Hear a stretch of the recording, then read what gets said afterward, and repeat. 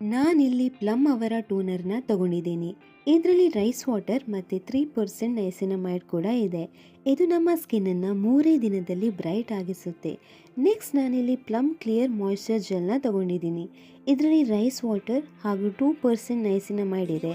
ಇದು ನಮ್ಮ ಸ್ಕಿನ್ನನ್ನು 2 ವಾರದಲ್ಲಿ ಬ್ರೈಟ್ ಆಗಿಸುತ್ತೆ ಹಾಗೂ 2 ಪಟ್ಟು ಹೈಡ್ರೇಷನ್ ಕೂಡ ಕೊಡುತ್ತೆ. ಇದನ್ನು ಕೂಡ ಅಷ್ಟೇ ಎಲ್ಲ ಸ್ಕಿನ್ ಟೈಪ್ ಅವರು ಯೂಸ್ ಮಾಡ್ಬೋದು. ಆ್ಯಂಡ್ ಇದರಲ್ಲಿ ಯಾವುದೇ ರೀತಿಯ ಸಿಂಥೆಟಿಕ್ ಫ್ರ್ಯಾಗ್ರೆನ್ಸಸ್, ಕಲರ್ ಅಥವಾ ಎಸೆನ್ಷಿಯಲ್ ಆಯಿಲ್ಸನ್ನು ಆ್ಯಡ್ ಮಾಡಿರೋದಿಲ್ಲ. ಸೊ ನಾವು ಇದನ್ನು ನಮ್ಮ ಡೈಲಿ ರುಟೀನಲ್ಲಿ ಯೂಸ್ ಮಾಡ್ಬೋದು. ಒಂದು ಒಳ್ಳೆ ರಿಸಲ್ಟನ್ನು ಕೂಡ ಕೊಡುತ್ತೆ.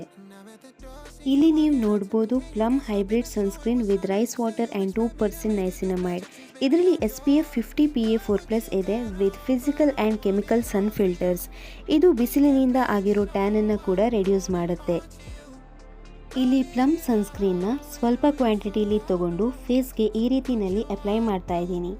ನಾನು ಇದನ್ನು ಹೊರಗಡೆ ಹೋಗೋ 15 ಮಿನಿಟ್ಸ್ ಮುಂಚೆನೇ ಅಪ್ಲೈ ಮಾಡ್ತೀನಿ. ನೀವಿಲ್ಲಿ ನೋಡ್ಬೋದು Plum simply bright face wash which removes 99% impurities and instantly brightens and softens a skin.